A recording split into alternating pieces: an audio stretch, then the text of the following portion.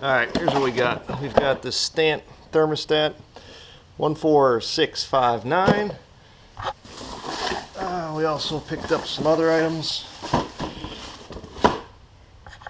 Air filter 35433, and we picked up a Stant radiator cap 10248. And all this is for a 2004 GMC Envoy. We have a bad thermostat. Check engine light is on. The thermostat is stuck open, which is good because if it was stuck closed, the car would not run. So, however, the check engine light's on and the car's not maintaining proper operating temperature. The fuel mileage has gone into the dump, and it needs to be replaced. So here's how we do it. Alright, we're under the vehicle here, and I don't know how good of a sight you can get here. There's no drain plug on these radiators. Why they did that, I really don't know. So we're going to undo the lower radiator hose, take it off, let all the fluid come out of the radiator and the upper part of the motor, undoing the radiator cap to allow there to be a fresh flow of air. So that is going to be our next step here to do that.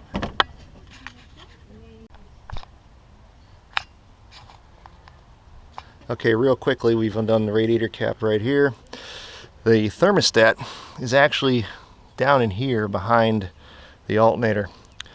So what we're going to have to do is take off the serpentine belt, take off this bracket, undo the AC hose, undo this bolt right here. There's 3 bolts holding the alternator. Take the alternator out, undo the connections on the alternator, remove the alternator out of the way. Then we can get into where the thermostat is. 2 bolts on the side of the block, take it out, clean the block housing. It comes with a new O-ring, so therefore you should not use gasket sealant on it. Put it back on there, torque it down to specs. Replace everything in the same order you took it off, and fill with fluid and run it up to operating temperature. It's a $300 job at the auto place. I'm doing it for this girl, and she's not getting charged. So anyhow, we're going to show you how we did it, and hopefully it saves you guys some money doing it yourself.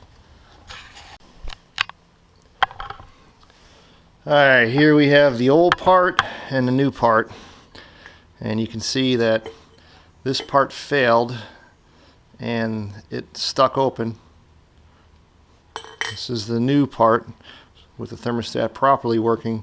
It's closed because it's cold, and as it gets hotter it opens up and allows the water to flow through this pipe. And when this one failed, it failed locking itself open, so therefore water still was able to flow through the system, which allowed it to stay drivable, but it didn't allow the engine to get up to operating temperature. And with all these electronics, you burn more fuel, air conditioning doesn't work right, heat doesn't work right. There's just so much chaos going on inside a motor if you don't get it up to the 195, 200, 205, whatever the correct operating temperature is per that vehicle. So this one is closed. It's got the O-ring in place. We're going to put it into operation right now and install it back on the vehicle in the reverse direction. And like I said, ended up pulling the lower radiator hose up here to get that thermostat housing off of it. It was a real booger, if I could use that word, and that's where it sits, down in there. And there's all kinds of stuff that was in the way. I don't know why they would. Well, I know why they would do that, because they don't want normal people to work on their own vehicle. I love working on vehicles, and I must say this was not fun. It was a nightmare. Here's that lower alternator bolt, and then you got 2 other alternator bolts right up here up top. And with the alternator, it sits like this. These 2 go in this way, and then you got this lower one down here.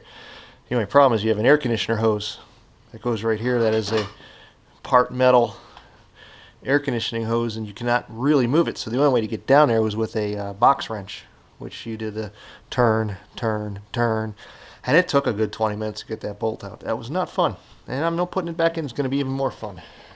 So we're going to go ahead and reassemble this, and hopefully it works. I'm going to work this backwards. There's the new part that's installed. Best way to get at it was with a 1/4-inch ratchet. Your top bolt's there, your back bolt's down below here. I don't even know if the camera's even picking this up. It's so cramped in here, it's unbelievable.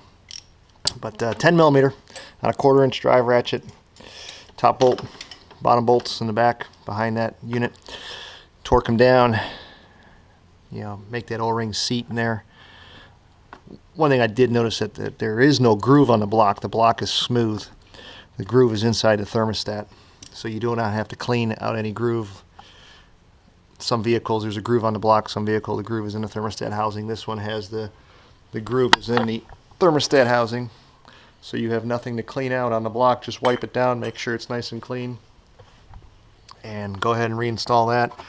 And then we're going to put the radiator hose on next and hook it up on the bottom and then install the alternator. So radiator hose is going on next. Here's where we sit. We got the air filter back in, hoses are back on, have the thermostat reattached to the block, the hoses back on top our lower radiator and back to the thermostat. Now we're going to install the alternator, put the serpentine belt back on, fill up the radiator with fluid and water, and we are done. Road test. Got about an hour into it so far. Alrighty, we'll put the alternator back in. This is how it sits. It's got 3 bolts that go into it that hold it into the block. All 3 of these bolts are a 15 millimeter. The bottom one you're going to have to do with a box wrench. The top 2 you can do with a socket.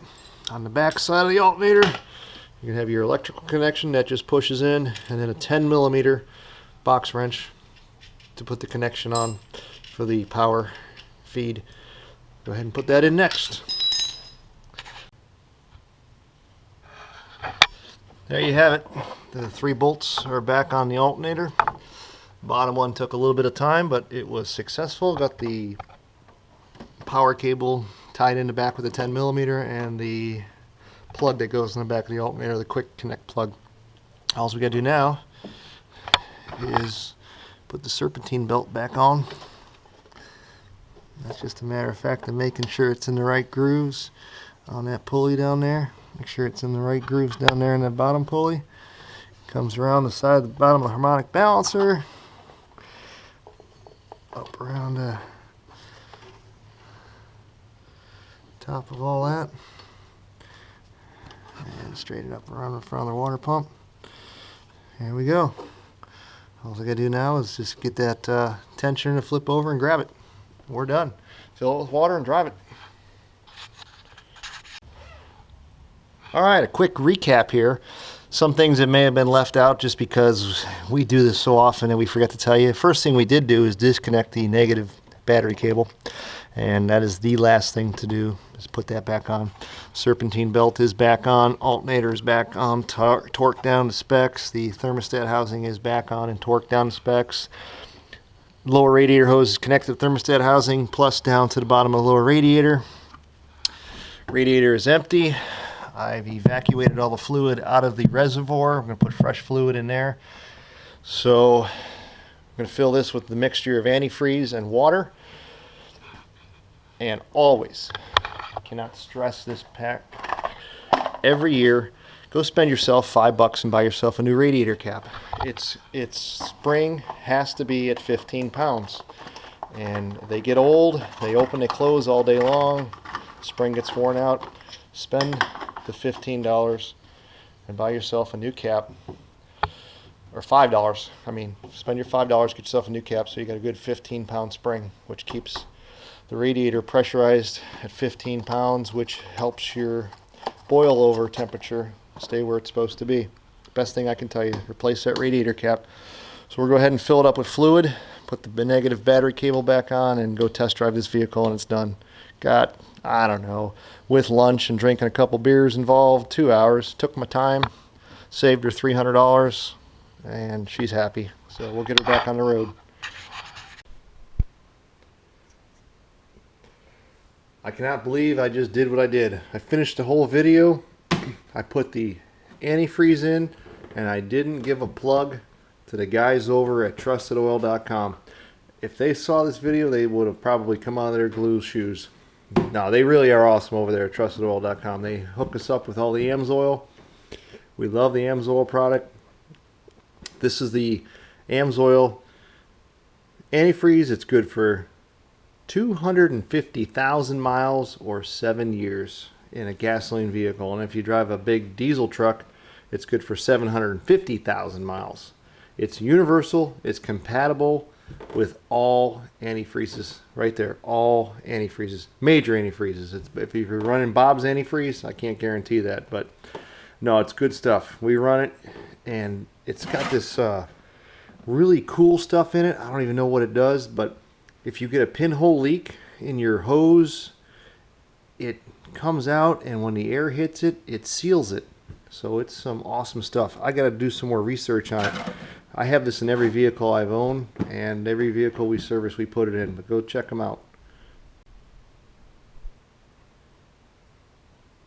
And like I said, we got that product over there at trustedoil.com. Give those guys a call. They are awesome. And the Envoy is done, and it's running great.